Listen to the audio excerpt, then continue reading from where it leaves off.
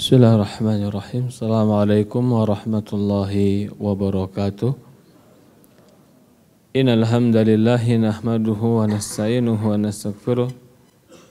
Wa na'udzu billahi min syururi anfusina wa min sayyiati a'malina. May yahdihillahu fala mudilla lahu wa may yudlil fala hadiya lahu. Asyhadu an la ilaha illallah wahdahu la syarika lah. Wa ashhadu anna Muhammad abduhu wa rasuluhu la nabiyya ba'd. Qala Allah subhanahu wa ta'ala ya ayyuhalladzina amanu taqullaha haqqa tuqatih fala tamutunna illa wa antum muslimun. Wa qala Allah subhanahu wa ta'ala ya ayyuhalladzina amanu taqullaha wa qulu qawlan sadida yuslih lakum a'malakum wa yaghfir lakum dhunubakum. Wa may yuti'illaha wa rasulahu faqad faza fawzan 'azima. Alhamdulillah, segala puja dan puji syukur kita panjatkan hanya kepada Allah Subhanahu wa taala Rabbul alamin. Serta salawat dan salam selalu kita curahkan kepada baginda Nabi kita Muhammadin sallallahu alaihi wa ala alihi wa sahbihi wasallam, kepada keluarganya, kepada para sahabatnya, juga orang-orang yang mengikuti dan mencintainya ila yaumil qiyamah. Para hadirin, teman-teman, ikhwan dan akhwat, bapak-bapak dan ibu-ibu yang dimuliakan dan dirahmati oleh Allah Subhanahu wa taala. Alhamdulillah, di hari ini Allah Subhanahu wa taala pertemukan kita masih dalam pembahasan kita dari kitab Fawaidul Fawaid karya Imam Ibnu Qayyim rahimahullah. Kita masih dalam pembahasan doa. Ada doa yang diajarkan Rasulullah SAW. Kalau doa ini kita baca, maka akan hilang segala kegundahan, kesempitan, dan akan datang kelapangan, kebahagiaan, ketentraman. Apa doanya? Sudah kita bahas dulu. Ma asaba 'abdin min hammin wala hazanin. Tidaklah seorang hamba tertimpa kesedihan dan kegundahan. Kemudian dia berdoa, Allahumma inni abduka. Wahai Allah, aku adalah hambamu, ibnu abdika, anak dari hambamu, ibnu ammatika, ibuku pun hambamu, nasiyati biyadik, ubun-ubunku di genggamanmu, madin fiya hukmuk, hukummu kepadaku berlaku, adlun fiya qada'uk, keputusanmu kepadaku selalu adil, as'aluka bikulli ismin huwalak, aku memohon dengan seluruh namamu, samaita bihi nafsak, yang engkau menamakan dirimu dengan nama tersebut, au anzaltahu fi kitabik, atau nama yang kau turunkan dalam kitabmu, au alamtahu ahadan min khalqik, atau nama yang kau ajarkan salah seorang dari hambamu, au sta'tsarta bihi fi ilmi ghaibi indak, atau nama-nama yang kau sembunyikan di sisi ghaib ada pada dirimu. Anta ja'al Qur'ana rabi'i qalbi, ya Allah, jadikan Al-Qur'an bersemi di dadaku. Wa nuri sadri, jadikan Quran cahaya di hatiku. Wa jala husni, jadikan Quran penghilang kesedihanku. Wa zihabul hammi wal ghammi, penghapus kegundahan dan kegelisahanku. Kata Rasulullah SAW, tidaklah seorang hamba membaca doa ini kemudian insya Allah Allah akan hilangkan dari dia kesedihannya, kegundahannya, diganti dengan kelapangan. Maka para sahabat bertanya, ya Rasulullah, apakah kami harus mempelajari doa ini? Maka Rasulullah mengatakan, bala, tentu. Yan bagi liman sami'ahunna an yata'allamahun, harusnya bagi mereka yang mendengar doa ini agar mempelajari doa ini. Doa ini berkaitan tentang agar Allah hilangkan dari kita kesedihan. Maka pertemuan yang lalu kita sudah membahas sedikit dari doa ini. Poin yang pertama dari doa ini adalah Allahumma inni abduka ibni abdika inni ammatika nasiyati biyadik. Ya Allah, aku hambamu, anak dari hambamu, ibuku hambamu, ubun-ubunku ada di genggamanmu. Ini sudah kita bahas pertemuan yang lalu. Artinya ketika kita berdoa kepada Allah dengan doa ini, kita mengakui kita sebagai hamba. dari segala arah. Hamba itu diatur, hamba itu lemah, hamba itu butuh pertolongan, hamba itu tidak memiliki apa-apa. Sesungguhnya Allah lah yang memiliki segalanya. Maka ketika kita mengaku kita seorang hamba di hadapan Allah, maknakan, hadirkan di hati ketika berdoa bahwasannya kita sangat butuh Allah karena kita hambanya. Bahkan ketika kita mengatakan aku adalah hambamu, berarti kita tidak memiliki daya upaya dan kekuatan kecuali dengan pertolongan Allah. Ketika kita mengatakan bapakku hambamu, ibuku hambamu, di situ ingin menunjukkan kelemahan kita dan tidak ada kemampuan kita kecuali dengan pertolongan Allah. Lalu ditegaskan lagi, nasiyati biyadik, ubun-ubunku di genggamanmu, artinya engkaulah yang mengatur sebagaimana kau kehendaki. Aku tidak bisa mengatur sedikit pun kecuali engkau yang mengaturnya. Berarti penggalan awal dalam doa ini kalau kita memahami dan menghayatinya menunjukkan kita itu lemah, kita nggak punya apa-apa, kita itu diatur, kita tidak bisa ngatur. Sekarang kita masuk dalam poin masih dalam doa tersebut, tetapi di paragraf berikutnya, madin fiya hukmuk adlun fiya qada'uk, hukummu kepadaku berlaku, qada' dan takdirmu kepadaku adil. Berkata Imam Ibnu Qayyim menjelaskan hadis ini atau menjelaskan doa ini. Di dalam doa ini dibedakan antara hukum dan qada. Tadi katakan madin fiya hukmuk, hukummu kepadaku berlaku. Adlun fiya qada'uk, qada'mu, ketentuanmu kepadaku adil. Ja'alal madha lil hukum wa adl li qada'. Beliau membedakan antara hukum Allah dan takdir Allah. Rasulullah menyebutkan bahwasannya hukum Allah itu madin, berlaku. Takdir Allah itu adalah adil. Hukum Allah terbagi menjadi dua jenis. Kalau kita berbicara tentang hukum Allah, yatanawalu hukmu ad-dini wa syar'i. Ada hukum agama, ada hukum syariat. Begitupun ada hukum kauni qadari. Ya, jadi terbagi menjadi dua. Yang pertama hukum syar'i, yang kedua hukum qadari, hukum takdir, hukum alam.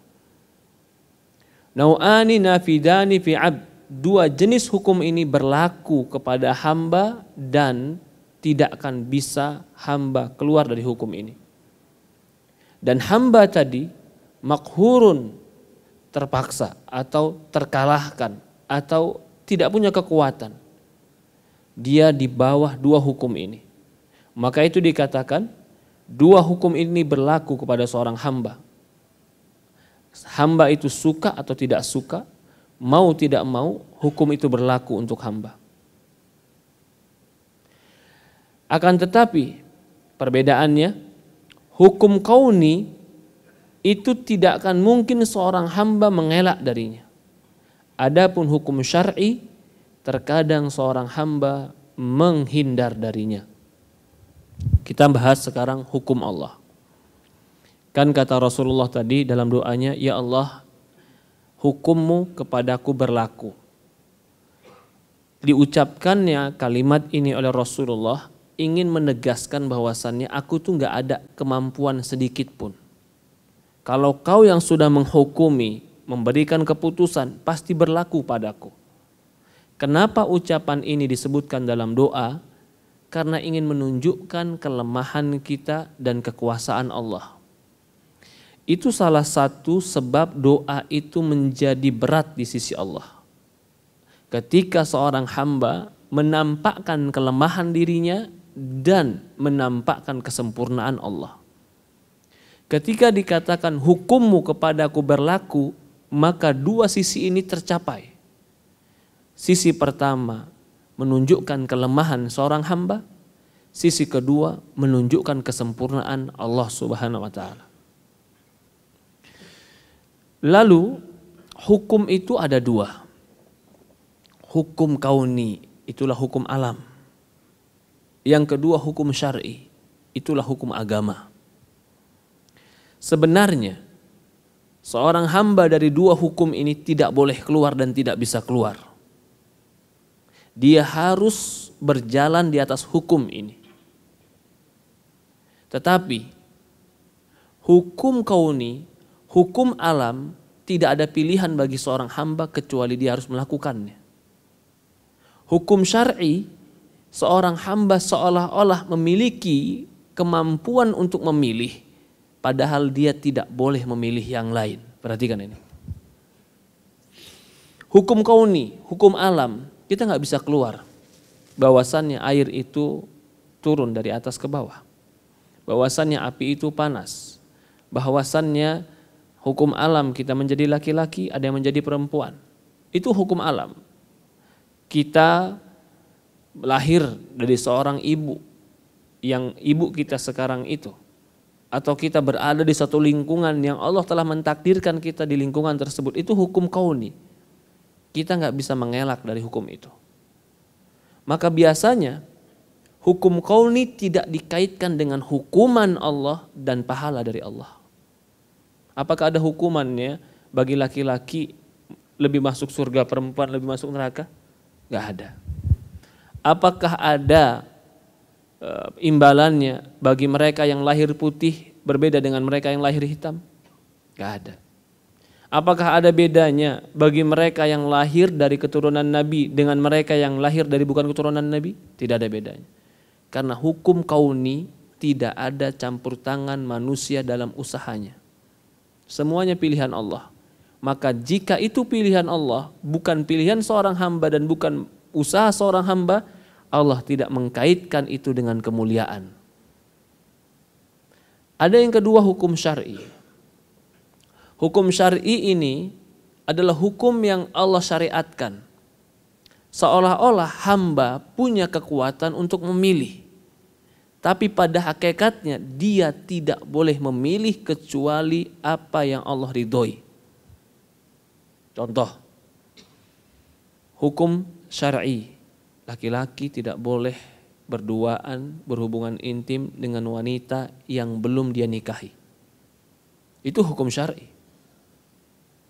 Dia bisa memilih mau berhubungan intim setelah nikah atau mau berhubungan intim sebelum nikah. Seolah-olah itu ada pilihan. Tapi pada hakikatnya di sisi Allah dia tidak boleh memilih kecuali dia harus memilih apa yang Allah ridhoi. Ketika dia memilih apa yang Allah tidak ridhoi, maka di situ Allah berhak untuk menghukum dia karena dia yang memilih terhadap apa yang dia perbuat. Berbeda dengan lahirnya dia di perut seorang ibu, ada pilihan nggak buat dia? Nggak ada. Berbeda ketika dia lahir dengan ras atau bangsa tertentu, nggak ada pilihan buat dia. Tapi ketika dia memilih untuk berzina daripada menikah, dia memilih perbuatan itu. Tetapi pilihan yang dia pilih tadi, Allah berikan kepada dia kebebasan memilih, bukan berarti Allah ridho dengan apa yang dia pilih. Yang Allah ridhoi adalah pilihan dia menikah. Tapi ketika dia berzina, Allah Subhanahu wa ta'ala jadikan itu menjadi dosa bagi dia. Maka ini dikatakan hukum syar'i. Kalau dilihat dari keberadaannya, hukum syar'i seolah-olah manusia bisa memilih.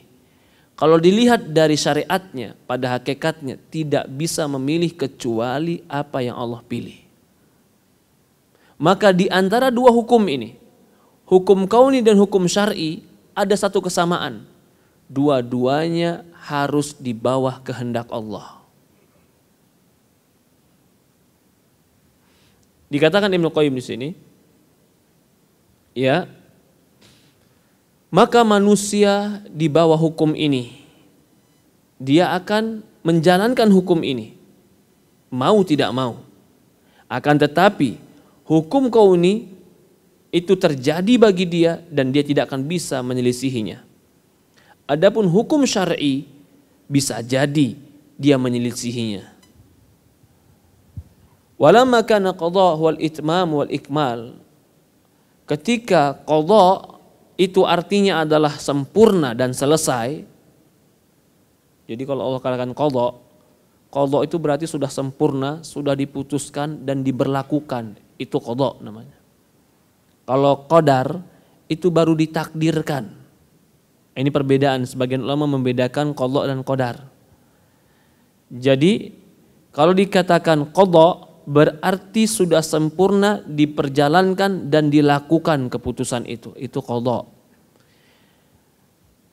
Di dalam hadis ini kita mengatakan adlun fiyya qada'uk, qada'mu, ketentuanmu kepadaku itu sempurna.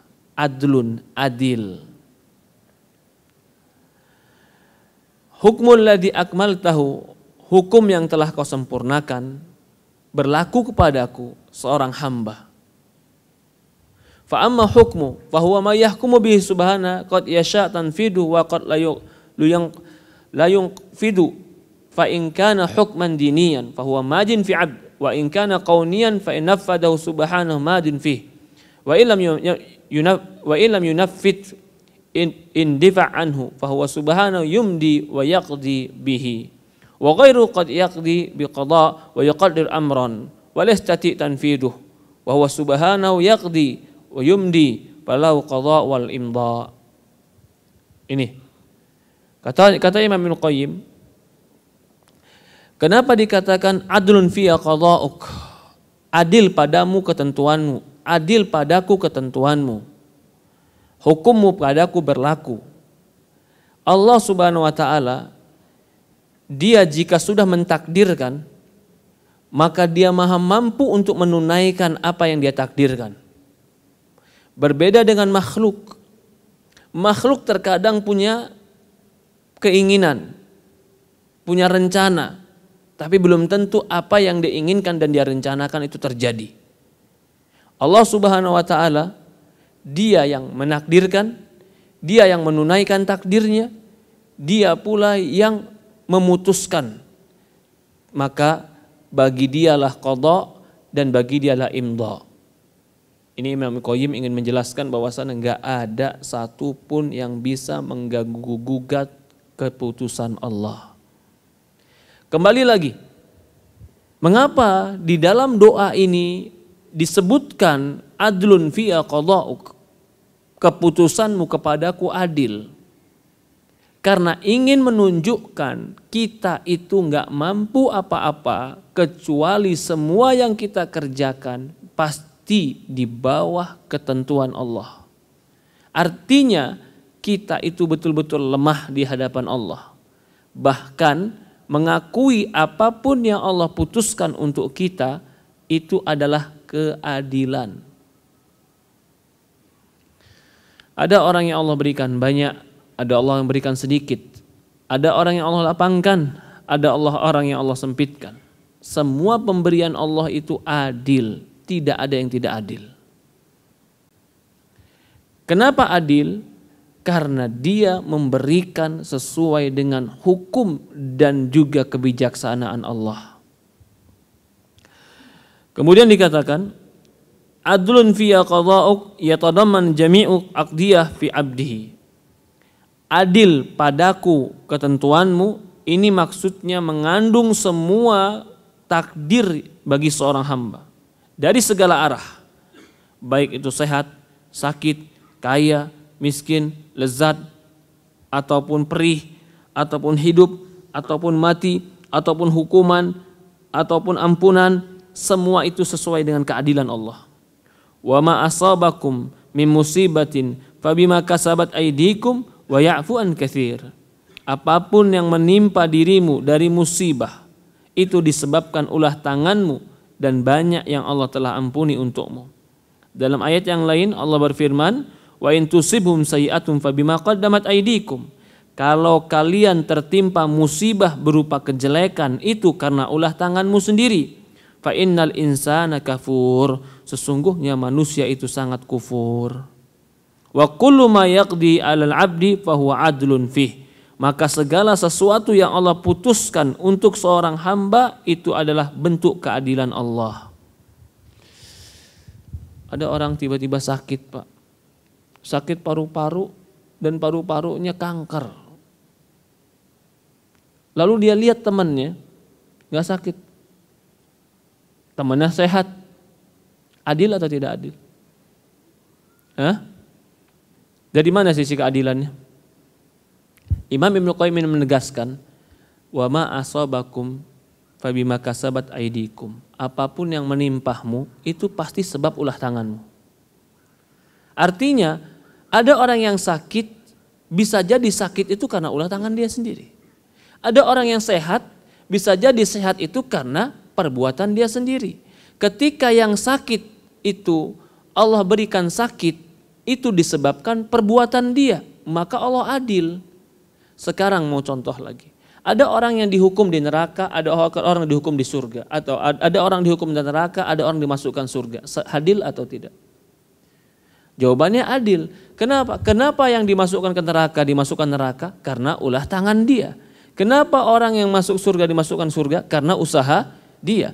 Kalau semuanya dimasukkan surga sementara usahanya berbeda, adil atau tidak adil? Tidak adil. Maka apapun yang terjadi dari takdir Allah itulah asalnya. Fabima kasabat aidikum. Semua itu karena usaha tangan kita sendiri. Jadi ada orang yang Allah berikan kaya, ada orang yang Allah berikan miskin, ada orang yang Allah berikan sehat, ada orang yang Allah berikan sakit, ada orang yang Allah berikan ilmu, ada orang yang Allah berikan tidak berilmu. Kenapa Allah beda-bedakan?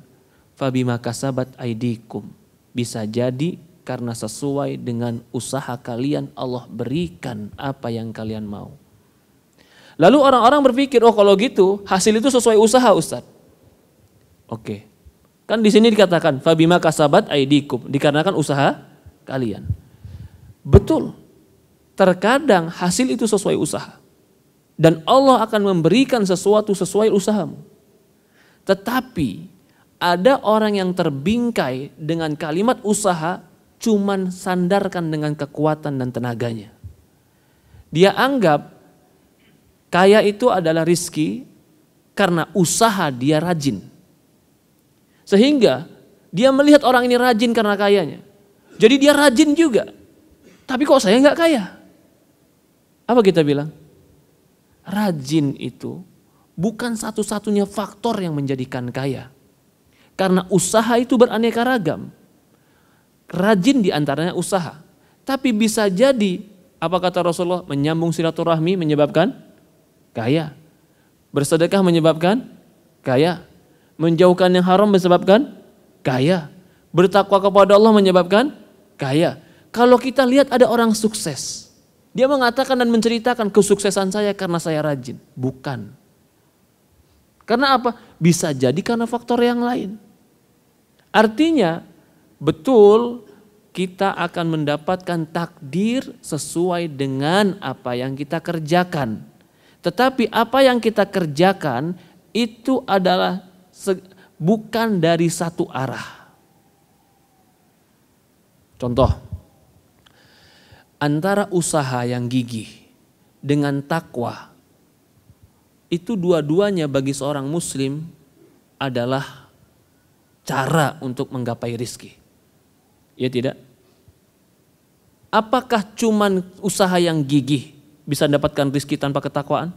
Gak bisa. Kalau seandainya kau dapat rizkimu dengan kegigihan tanpa ketakwaan, maka bisa jadi bukan rizki yang kau dapat.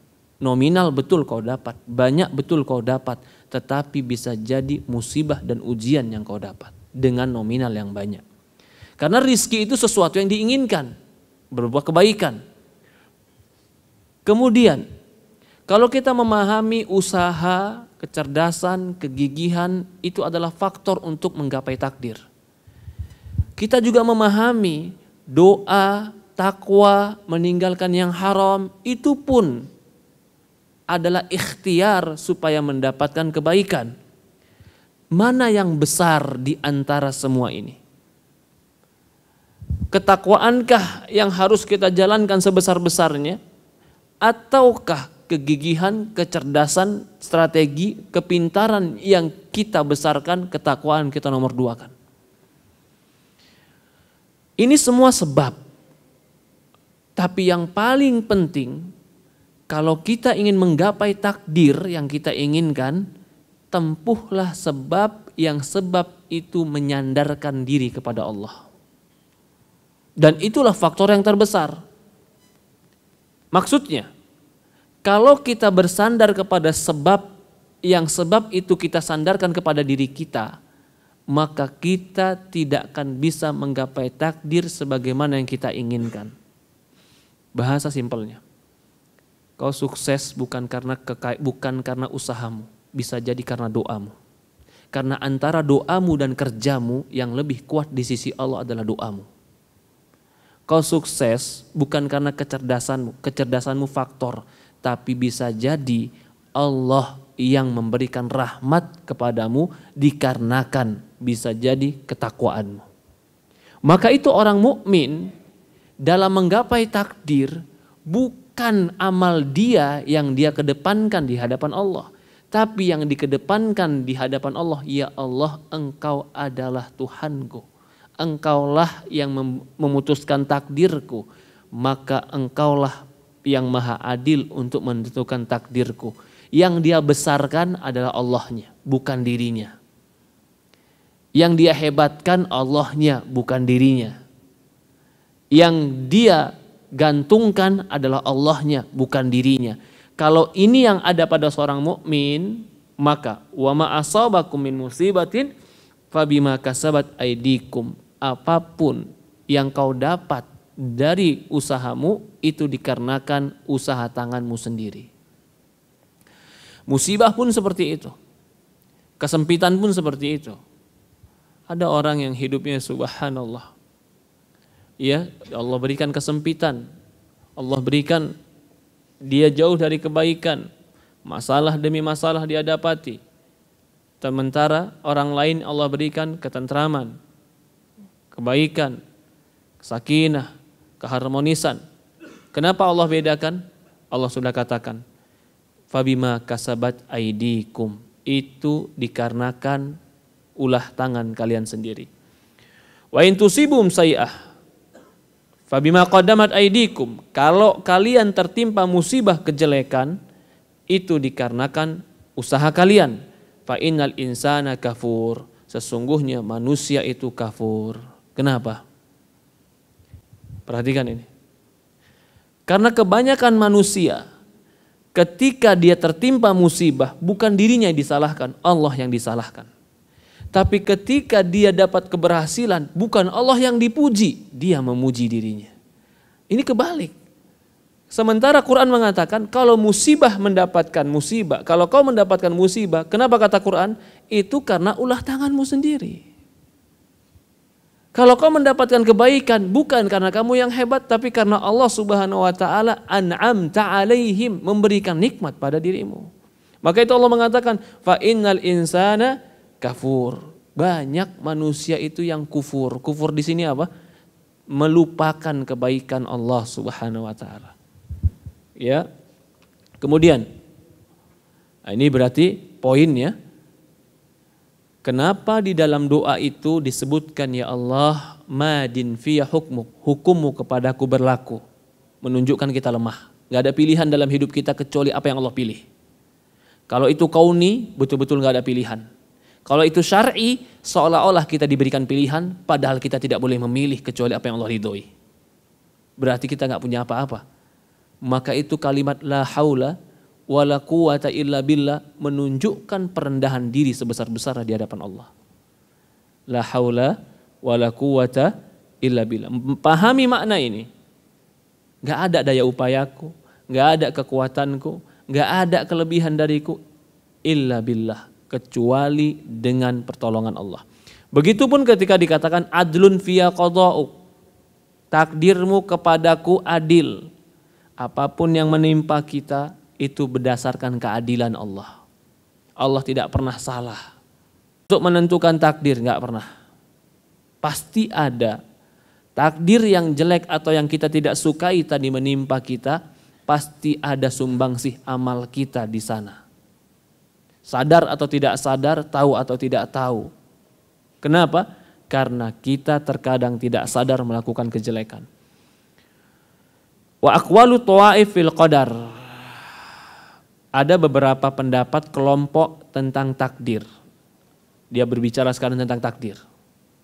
Kalau tadi memandang takdir. Takdir itu selalu adil.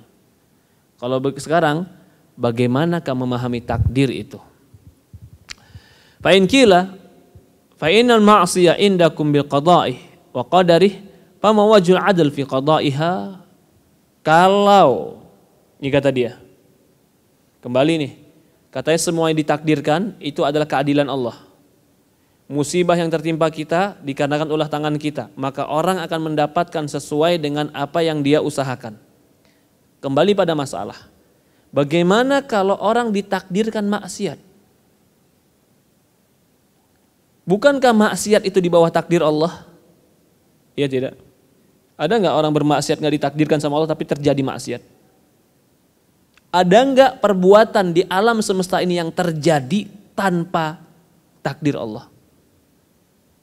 Gak ada. Berarti terjadi dengan takdir Allah. Apa itu takdir? Allah tahu, Allah izinkan, dan dia terjadi. Kalau begitu kata dia, dari mana sisi keadilannya orang yang bermaksiat, lalu dengan maksiatnya dia dihukum dan dimasukkan neraka. Sementara ketika dia melakukan maksiat pun itu takdir Allah. Fa in qila hada su'al law sya'an min ajli za'amat ta'ifa anal adl huwa maqdur. Maka kalau pertanyaan ini diperhatikan atau pertanyaan ini kita bahas, maka dari inilah ada sebagian kelompok yang mengatakan yang dimaksud adil dari takdir itu adalah makdur, yang ditakdirkannya. Karena zalim itu terlarang di dalam zat Allah. Li'anna zulm huwa tasarruf fil mulkil ghair. Karena kezaliman itu adalah tasarruf, mengatur atau melakukan atau bertindak dengan sesuatu yang dimiliki orang lain. Wallahu lahu fi kulli syai'in fala yakunu tasarrufu fi khalqi illa adl. Allah tidak akan mungkin memperlakukan hambanya kecuali keadilan. Ini pendapat yang pertama. Ya. Kita baca di sini terjemahan sedikit. Pendapat keliru tentang takdir. Ada kelompok yang bertanya atau berkata, menurut kalian perbuatan maksiat berdasarkan qada dan qadar. Lalu di mana letak keadilan Allah jika maksiat sebagai bagian dari takdir itu diberikan hukuman? Ini memang salah satu pertanyaan yang penting diperhatikan. Berdasarkan asumsi tersebut, sekelompok orang meyakini bahwa segala yang telah ditakdirkan Allah adalah wujud keadilannya. Sementara mustahil Allah berbuat zalim, sebab kezaliman adalah melakukan sesuatu tindakan pada milik orang lain. Sementara segala sesuatu adalah milik Allah. Oleh karena itu perbuatan Allah terhadap makhluknya apapun bentuknya merupakan suatu bentuk keadilan. Kelompok yang lain berpendapat bentuk keadilan yang sesungguhnya adalah bahwasannya Allah tidak menghukum hambanya atas dosa mereka yang telah ditetapkan melalui qada dan qadarnya. Apabila Allah memberikan hukuman atas suatu dosa, maka dosa tersebut terjadi bukanlah atas dasar qada dan qadar, tapi atas dasar kehendak hambanya. Nah, ini kelompok yang berikutnya nih. Ini kita kembali ke poin. Kalau tadi kan poin pertama yang terjadi bagi kita, yang kita nggak sukai itu karena ulah tangan kita. Maka apapun itu sesuai dengan takdir atau keadilan Allah. Karena Allah memberikan sesuai dengan perbuatan kita. Perbuatan orang berbeda-beda, maka Allah berikan berbeda-beda. Sekarang masuk kepada poin, maksiat itu takdir bukan? Takdir. Hukuman bagi pelaku maksiat itu ada. Dari mana sisi keadilannya? Kalau Allah takdirkan dia bermaksiat, lalu Allah hukum dia. Sementara yang menakdirkan maksiat juga Allah. Maka sebagian mengatakan sisi keadilannya adalah, ini pendapat yang pertama mengatakan, bahwasannya semua ini milik Allah. Kalau ini milik Allah, maka dia melakukan apa yang dia miliki sekehendak dia. Ini pendapat yang pertama. Pendapat yang kedua mengatakan adil. Dari sisi apa adilnya? Karena yang ditakdirkan itu adalah hasilnya. Perbuatan maksiat itu bukan takdir, itu pilihan hamba. Ini pendapat salah. Dia ingin lari dan ingin menetapkan Allah Maha Adil, tapi dengan cara menafikan dan meniadakan perbuatan maksiat itu takdir Allah. Mereka katakan maksiat bukan takdir Allah. Maksiat itu adalah perbuatan hamba yang hamba pilih sendiri. Oke, kita langsung saja kepada pendapat Ahlus Sunnah yang lebih mudah. Adapun Ahlus Sunnah wal Jamaah, mereka menetapkan dua perkara ini, yaitu perkara maksiat, takdir Allah. Orang pelaku maksiat dihukum pun dengan takdir Allah yang Maha Adil. Wadzulum indahum huwa wad'u syai' fi ghairi mawdi'ih. Karena zalim di sisi Ahlus Sunnah adalah meletakkan sesuatu bukan pada tempatnya. Seperti mengazab orang yang taat yang tidak pernah dosa. Sekarang Allah mengazab orang yang punya, Allah mengazab pelaku taatan, adil atau tidak adil? Tidak adil kan? Maka tidak akan mungkin Allah mengazab pelaku ketaatan. Wa qad nazza nafsahu anil fi ghairi mawdi' fi kitab. Allah sucikan dirinya dari perbuatan ini banyak dalam Quran. Fa in adalla man yasha. Kalau Allah menyesatkan, ada orang yang sesatkan, Pak. Ada orang Allah berikan hidayah. Jawabannya adil atau tidak? Pertanyaannya ini. Orang yang Allah sesatkan akhirnya kemana? Ke neraka. Orang yang Allah berikan ketaatan akhirnya kemana?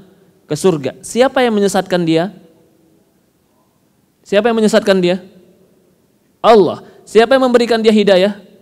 Allah. Satu dimasukkan surga, satu dimasukkan ke neraka. Adil tidak? Hah? Adil. Dari mana sisi adilnya? Allah tidak akan menyesatkan orang yang baik.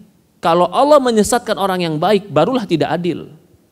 Allah menyesatkan orang-orang yang memang berlaku zalim dan jahat, sehingga Allah biarkan dia. Maka itu dikatakan Allah tidak akan mungkin mengazab orang yang taat, menyesatkan orang yang soleh. Coba perhatikan. Perhatikan di Quran.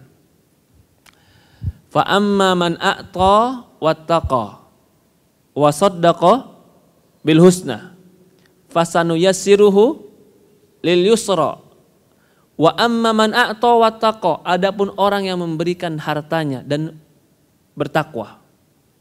Memberikan harta, bertakwa. Ini perbuatan siapa? Perbuatan hamba, ya kan? Wa saddaqa bil husna. Dia meyakini tentang husna, tentang surga, yakin dalam hatinya. Berarti hartanya dia infakkan, perbuatannya dia bertakwa, hatinya dia beriman. Apa kata Allah? Maka fasanuyassiruhu lil yusra. Kami mudahkan dia kepada surga. Wa amma man bakhila wastagna. Adapun orang yang pelit, bakhil, wastagna, merasa sombong, enggak butuh sama siapapun, enggak butuh sama Allah, enggak butuh sama makhluk. Fakadzdzaba bil husna, mendustai tentang kebenaran, enggak beriman. Fasanuyassiruhu lil yusra. Kami mudahkan dia ke neraka. Ini ayat kelompok pertama Allah mudahkan ke surga, kelompok kedua Allah mudahkan ke neraka.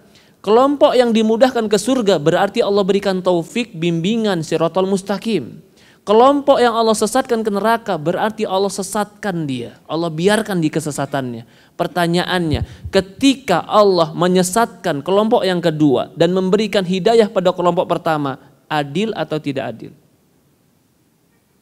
Jawabannya adil.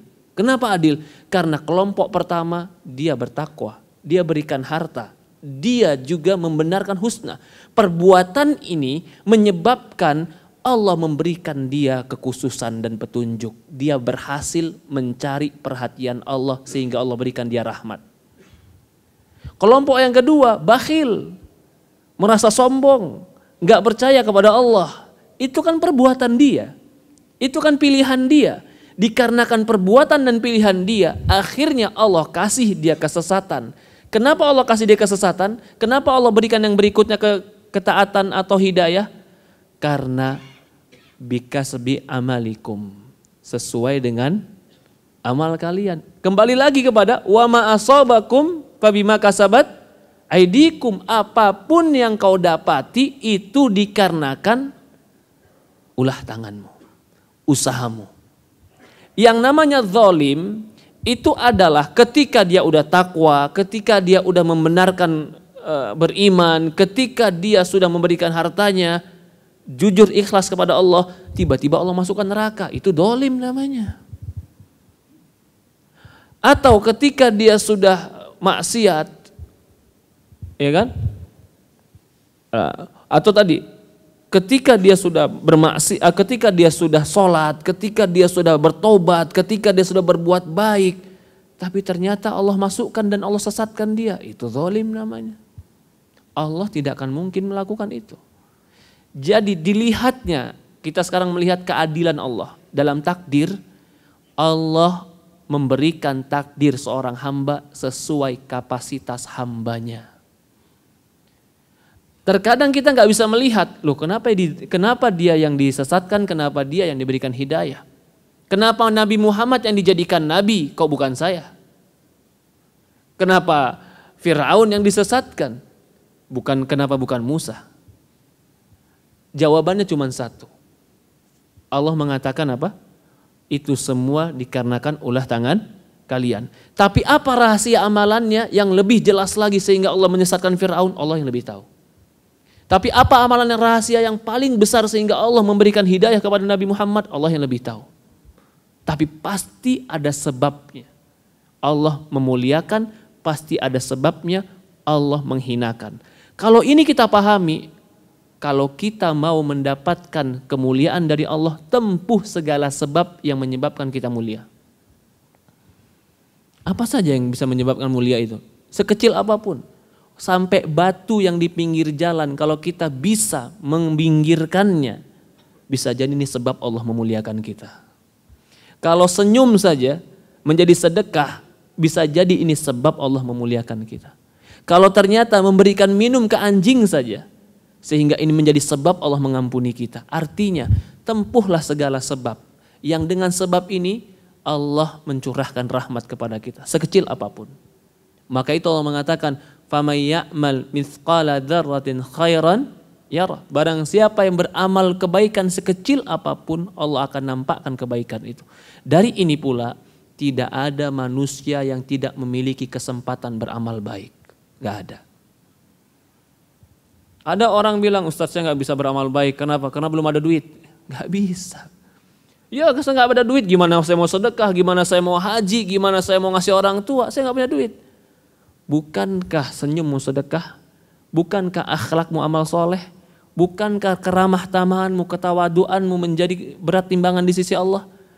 Allah Maha Adil. Semua manusia akan Allah berikan kesempatan yang sama dalam pahala, walaupun tidak kesempatan yang sama dalam harta.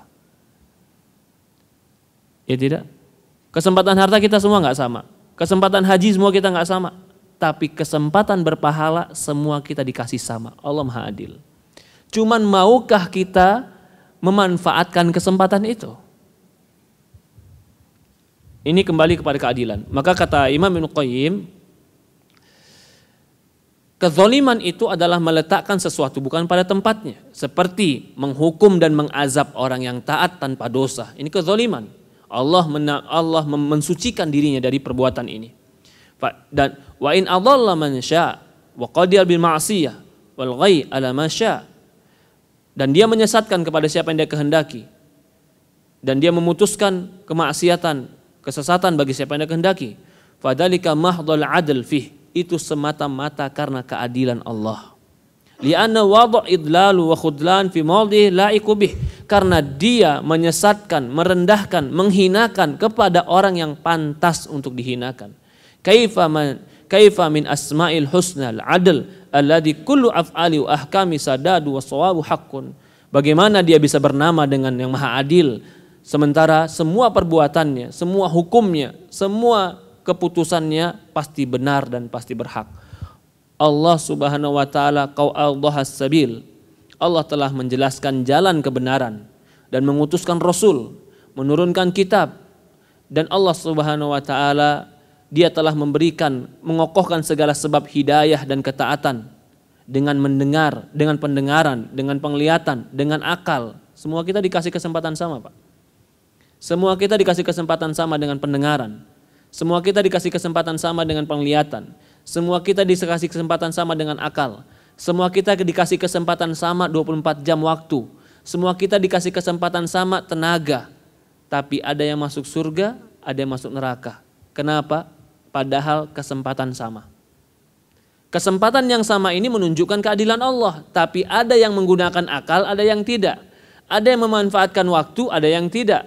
Ada yang baik, ada yang jahat. Lalu hukumnya sesuai dengan apa yang dia lakukan untuk dirinya. Tapi pasti ketika Allah menghukum, dasarnya adalah keadilan. Karena semua diberikan kesempatan yang sama. Wahadal adlu wafaqqa man syaa'a mazidu bi'inayah. Allah memberikan taufik kepada siapa Allah kehendaki dan Allah tambah kepada dia pertolongan.